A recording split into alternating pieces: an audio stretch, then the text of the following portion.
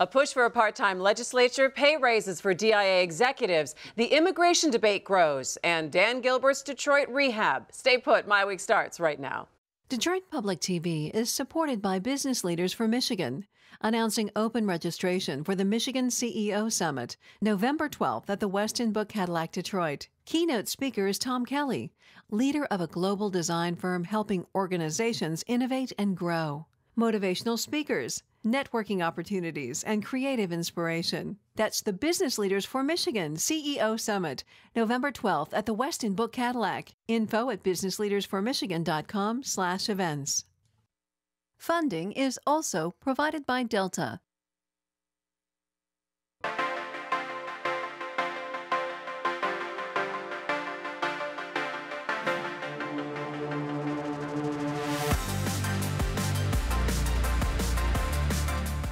Hi there. Welcome to My Week. Thanks so much for joining us. I'm Christy McDonald. We have a lot to get to this week, including a pretty drastic proposal for Lansing.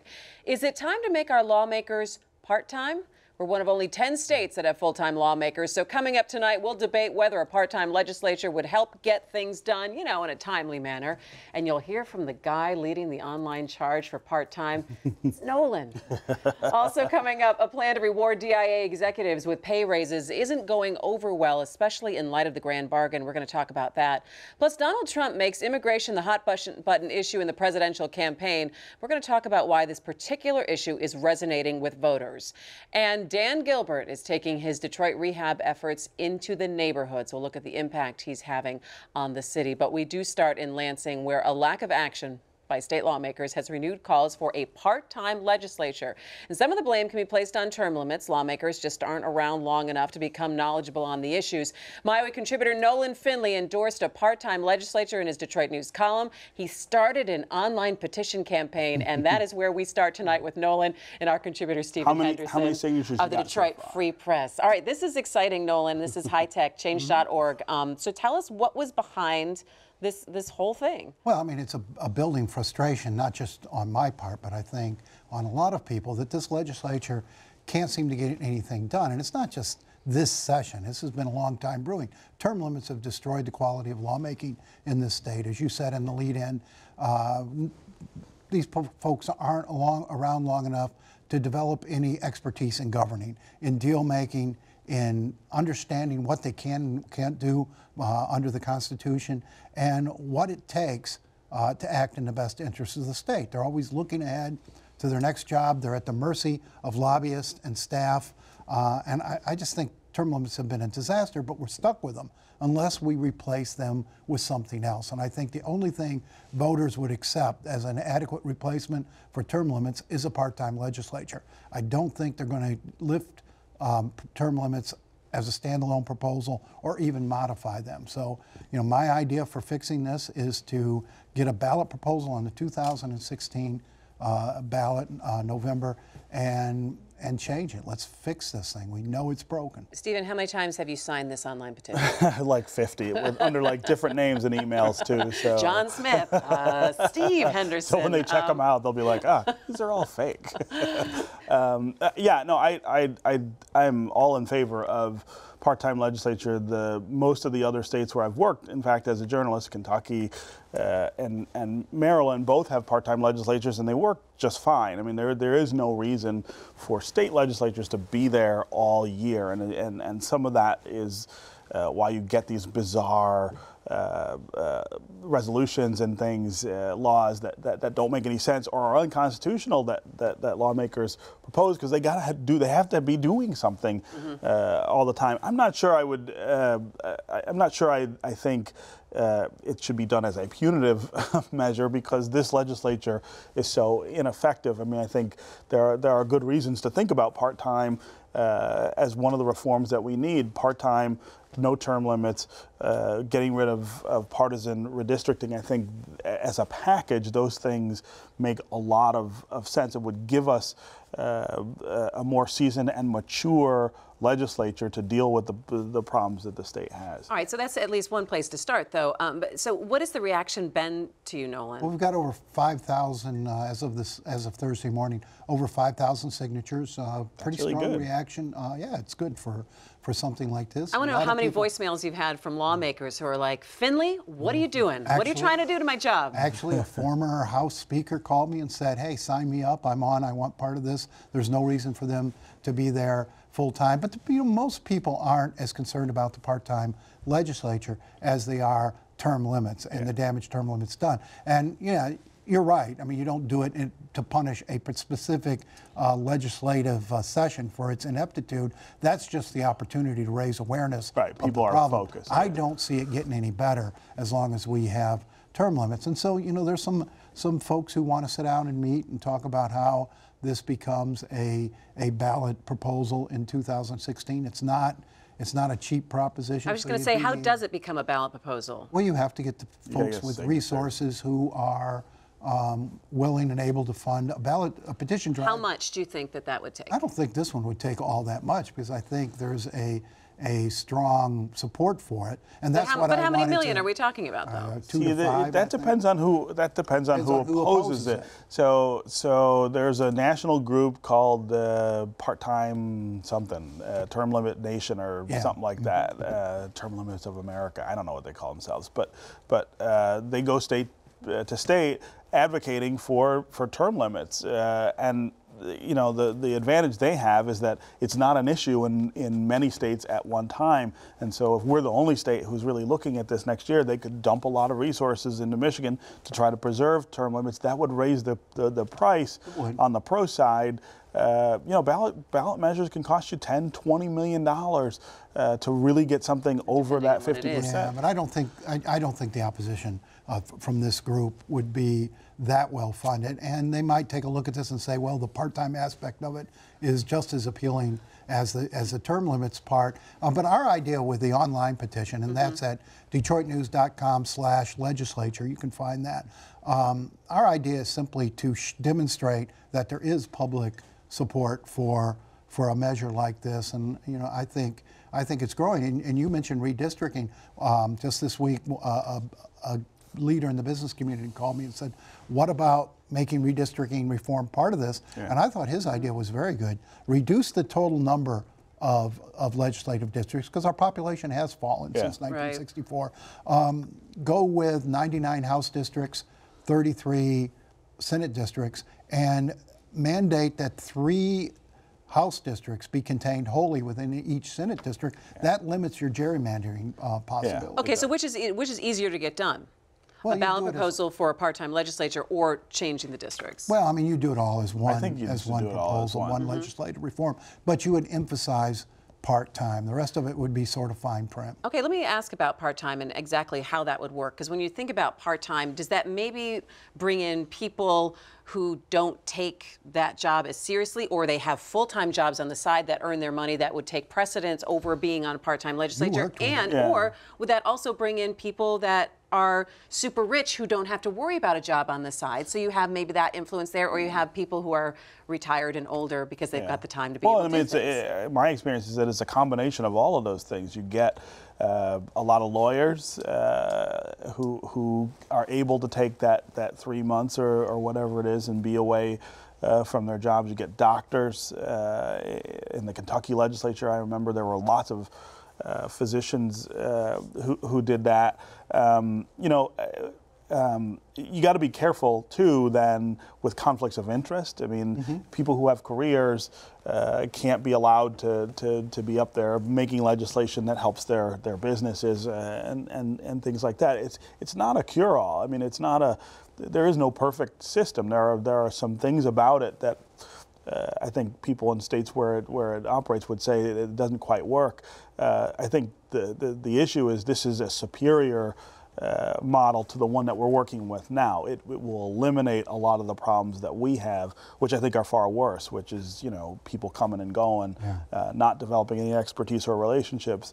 I mean, I think the Corsair Gamrat thing, which is an outlier for sure. Which is still dragging on. Yeah, but I mean, if you look at what they were doing, I mean, they went to the legislature to play house with one another. I mean, they combined their their offices, and they're napping in each other's eye. I mean, this is not legislative behavior, and I think when you have inexperienced people going there with ideological motivations, you trend toward that kind of behavior as opposed to more serious lawmaking. And you fill the time. Last week when they were there for 2 days, supposedly talking about a road deal, they introduced 54 pieces of legislation over 2 days, and this is nonstop, week after week throughout the year. And it's stuff that even if it passed wouldn't make any difference, and some of it's not even constitutional, but they don't know that.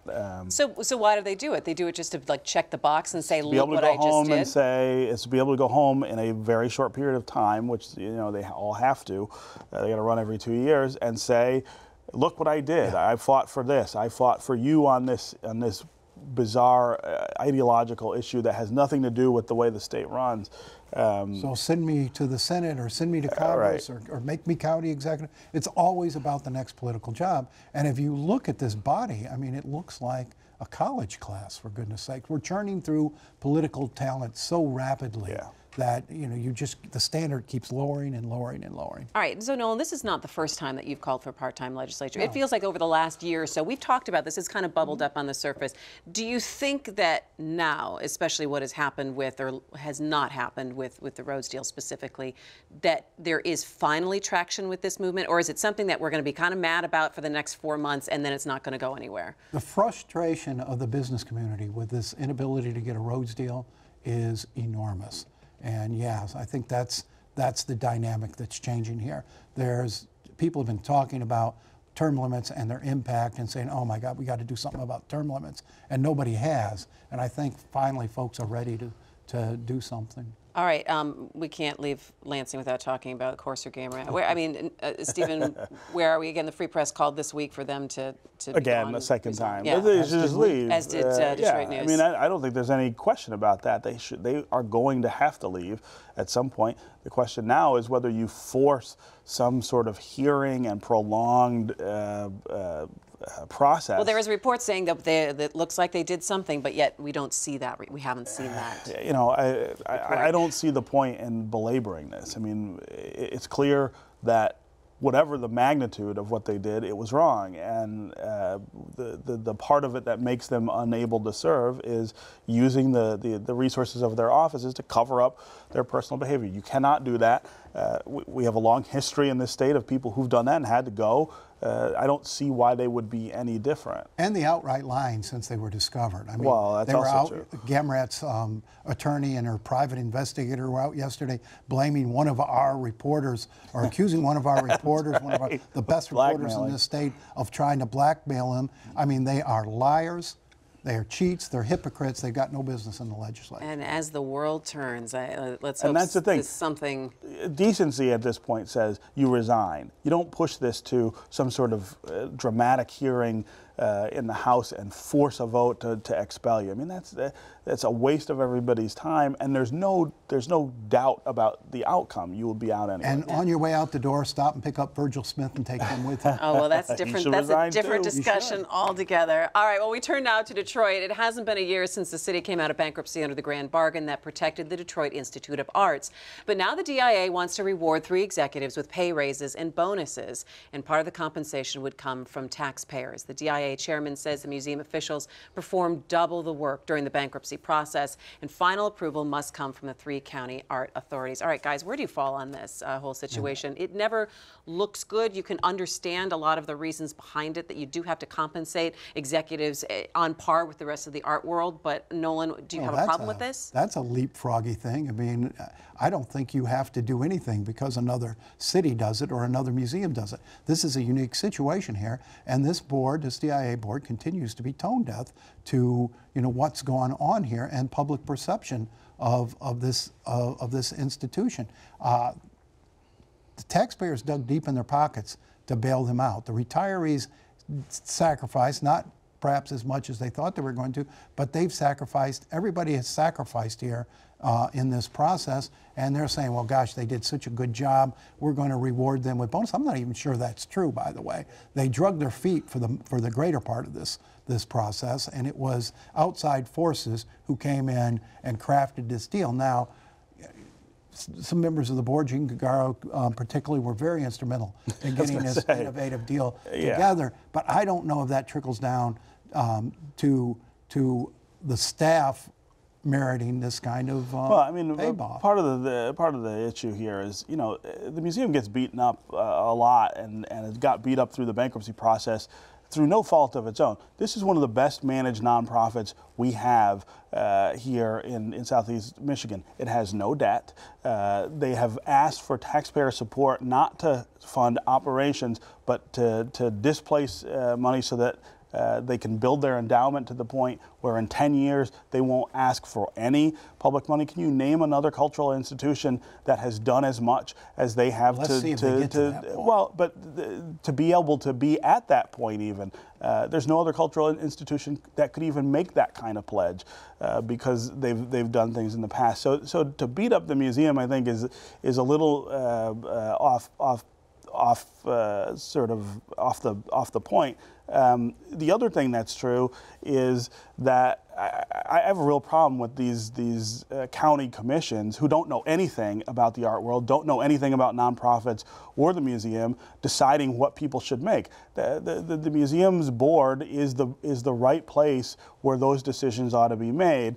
They run the museum. They're the ones who put the museum in the position to be able to do these things. And if they think they need to compensate their executives at a certain level, I don't know why the county commission ought to second guess that. When you go to taxpayers and say, you know, we need your help, we need your money, you can't just say, give us that money and check and go away, no oversight. That's but there the is consequence oversight of going to the taxpayers. And, you know, that's where you position yourself. But the oversight was not that you get to run the museum. The oversight was you get to help decide how the money that we're raising comes to the museum. But there are very clear provisions of those agreements that say you are not running the museum. You are not making decisions about how it runs. Given this sign off on pay, or this ability to weigh in on pay. And when you make those trade-offs, you can't expect then the elected officials to say, we're just going to go away, you spend the money any way you want. I mean, this is a world-class museum that just staged one of the most acclaimed exhibitions in the world this year.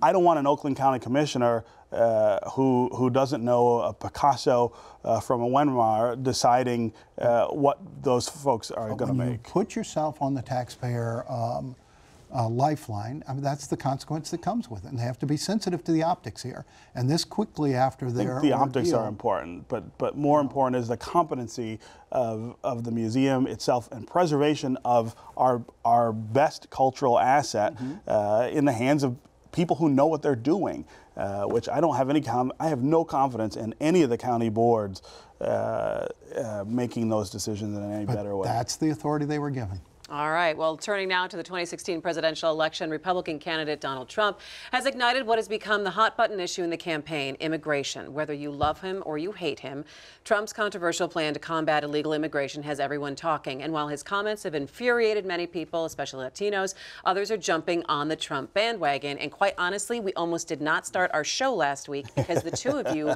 were fighting probably the worst you were getting angry, nasty at each other right as the show is beginning. Oh, never. Oh, no, not you two? Please. But I think what was really interesting about it is we come back to this is immigration.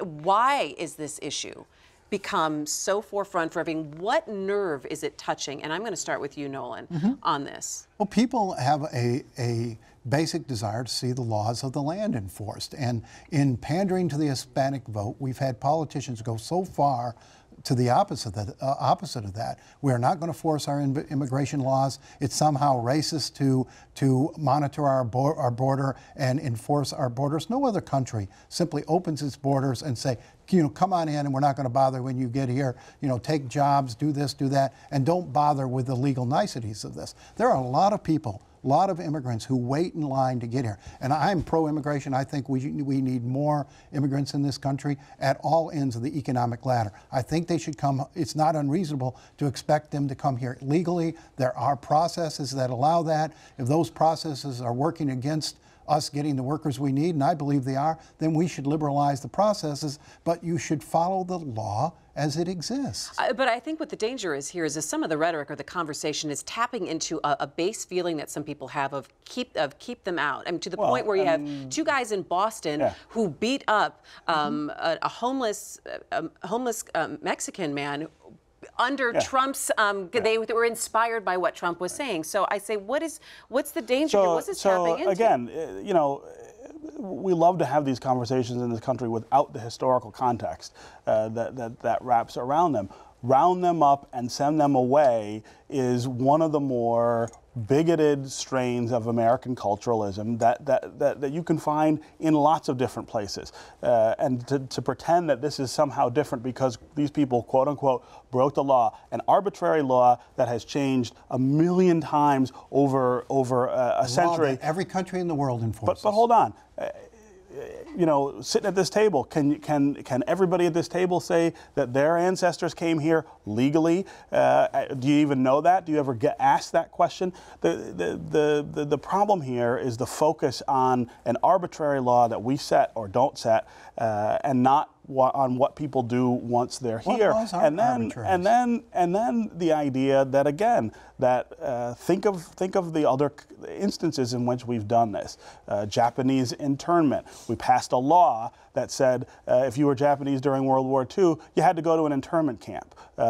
In retrospect, that's a really embarrassing part of our history. That was a law. We did that to citizens. There was also a law that said we passed a law in the 18th century that said we were going to remove all Indians from the southeast and send them out west. That was a law. I mean, the idea that laws themselves justify this kind of cultural roundup and exclusion is absurd. And these are some of the most embarrassing parts of our history. African Americans in the South, in the era of lynching, were often rounded up in southern towns and sent away, ostensibly for breaking arbitrary laws. This is not a path we want to go down. It's not a path that's going to do us proud. And nobody's saying that these episodes in our history aren't ugly. So what's the difference? Draw a distinction. The difference is we did those to our own citizens, and I don't think Indians weren't citizens. I don't think you can be paralyzed by your history. We did a lot of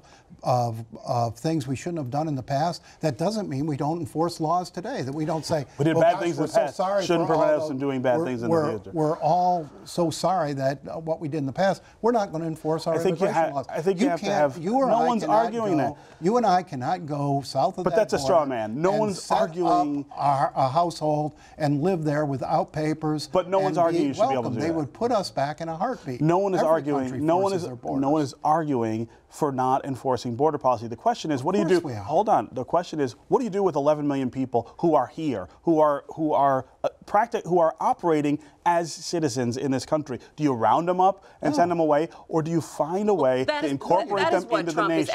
That's right. That's absolutely what he's advocating. That's not what most reasonable people who want us to enforce immigration laws are advocating. He's got more supporters than anybody else in the presidential race. So what does that mean?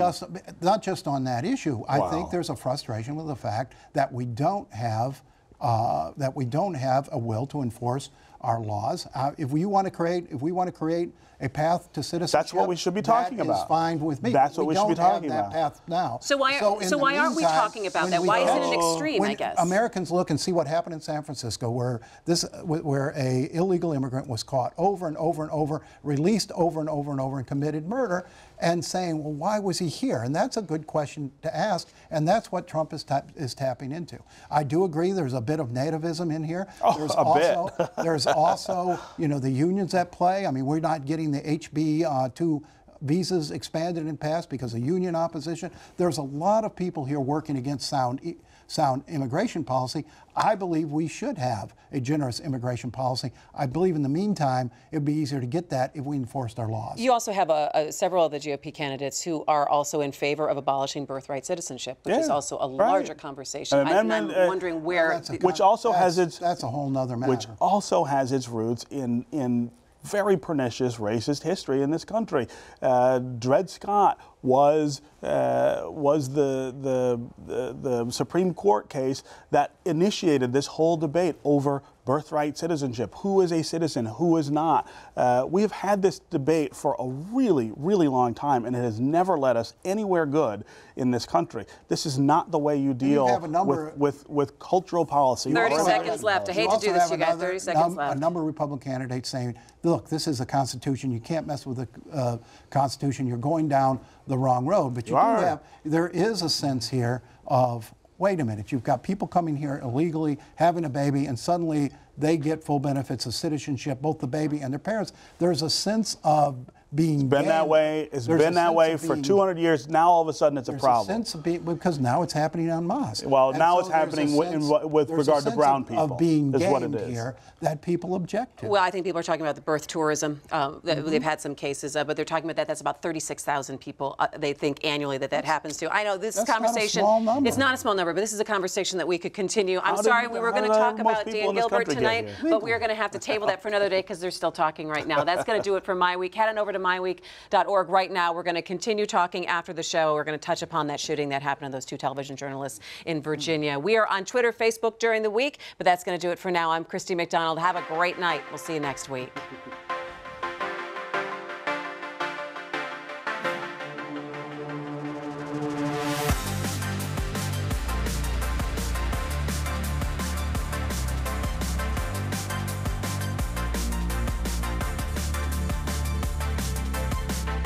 Detroit Public TV is supported by Business Leaders for Michigan, announcing open registration for the Michigan CEO Summit, November 12th at the Westin Book Cadillac Detroit. Topics include trends that could affect your bottom line and how well Michigan is doing in attracting and growing good-paying jobs. A great lineup of speakers, networking opportunities, and creative inspiration. That's the Business Leaders for Michigan CEO Summit, November 12th at the Westin Book Cadillac. Info at businessleadersformichigan.com/events.